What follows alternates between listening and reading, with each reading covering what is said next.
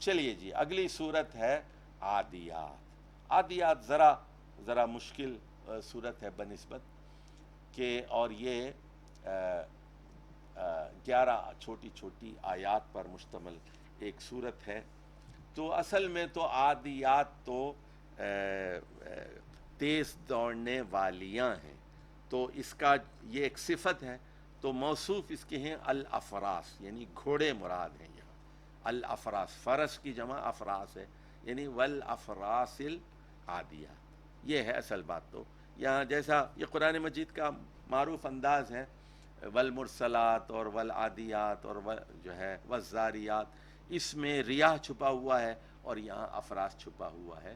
تو موصوف نہیں ہے، صفت بیان کر دی گئی ہے. تو یہاں دیکھیے والعادیات ضبحا، گواہی ہے گھوڑوں کی جو بہت تیز دوڑتے ہیں اور سانس لیتے ہیں، ہانپتے ہیں. اور فالموریات قدحا، اور پھر اپنے پیروں کے نال سے چنگاریاں جھاڑتے ہیں، چنگاریاں نکالتے ہیں. اور فالمغیرات صبحا، اور صبح سویرے پھر وہ حملہ کرتے ہیں. گھوڑے تیز رفتار گھوڑے ہیں. اور فَأَثَرْنَ بِهِ نَقْعًا، اور اس کے ذریعے سے پھر وہ گرد اڑاتے ہیں. اور فَوَسَطْنَ بِهِ جَمْعًا، اور اس گرد کے ساتھ وہ دشمن کے اندر گھس جاتے ہیں، اس کے اندر، اس پوری جمعیت کے اندر جو ہے وہ گھس جاتے ہیں. آگے جائیے. اب یہاں گھوڑوں کی قسمیں ہیں نا، گھوڑے گواہی دے رہے ہیں. ادھر دیکھیے ذرا. اب یہاں قسم کے بارے میں آپ کو میں نے پہلے بتا دیا تھا. اقسام القرآن کیا ہے اصل میں؟ دلائل قرآن. قسم کا کیا مطلب ہے؟ گواہی.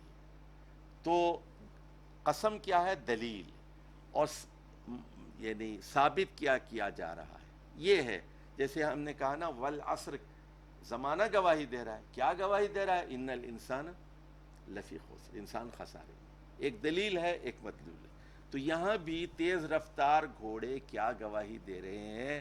ان الانسان لربہ لکنود، کنود ہے انسان، بلا شبہ انسان اپنے رب کا ناشکرا ہے.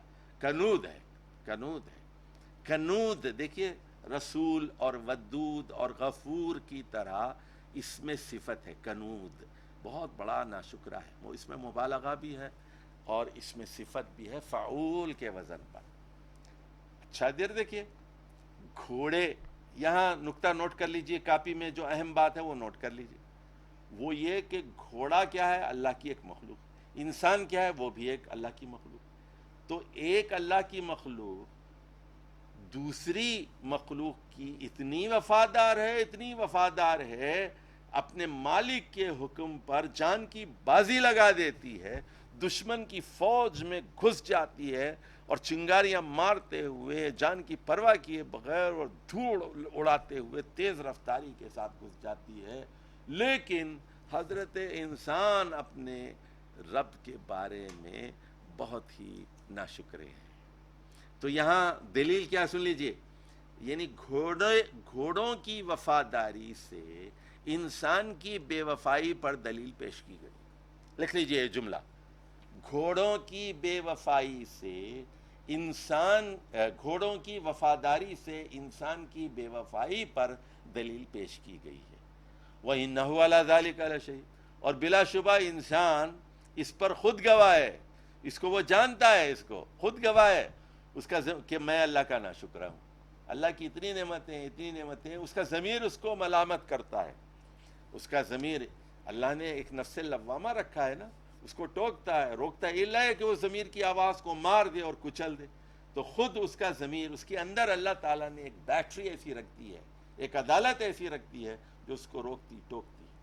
وَإِنَّهُ لِحُبِّ الْخَيْرِ لَشَدِيدٌ. اب دیکھیے یہاں لکھ لیجئے، یہ ناشکری، یہ کنودیت ہے. کنودیت کا سبب کیا ہے؟ وجہ کیا ہے کنودیت کی، ناشکری کی وجہ کیا ہے؟ وہ ہے دنیا داری، مال کی محبت. وَإِنَّهُ لِحُبِّ الْخَيْرِ لَشَدِيدٌ، وہ مال کی شدید محبت میں گرفتار ہے. وَيُحِبُّونَ الْمَالَ حُبًّا جَمًّا، وہاں سورۃ الفجر میں کہا گیا تھا، یاد ہے آپ کو؟ بھائی یہاں کہا جا رہا ہے انہ لحب الخیر لشدید۔ بے وفائی کا پہلا سبب کیا ہے؟ مال کی محبت۔ اب بے وفائی کا دوسرا سبب آ رہا ہے افلا یعلم اذا بعثر ما فی القبور، کیا وہ نہیں جانتا؟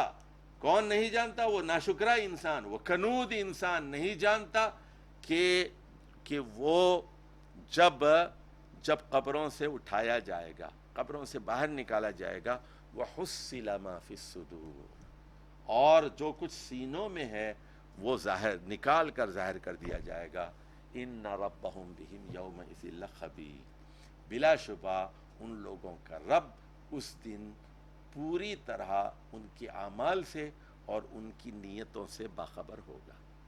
تو دیکھیے ما فی الصدور کا کیا مطلب ہے؟ نیتیں، یعنی صرف اعمال ہی کو نہیں دیکھے گا اللہ تعالیٰ، بلکہ اعمال کو بھی دیکھے گا اور نیتوں کو بھی دیکھے گا۔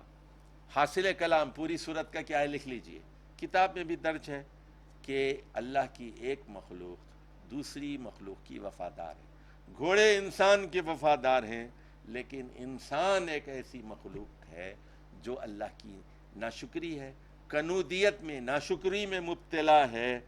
تو اے انسان دنیا داری چھوڑ دے اور آخرت پر ایمان لا۔ اے انسان، یہ ہے حاصل کلام، دنیا داری چھوڑ دے، مال کی محبت چھوڑ دے اور مرنے کے بعد کی زندگی پر ایمان لا، جب نہ صرف عمل کو دیکھا جائے گا بلکہ عمل کے پیچھے جو نیت ہے اس کو بھی جانچا اور پرکھا جائے گا۔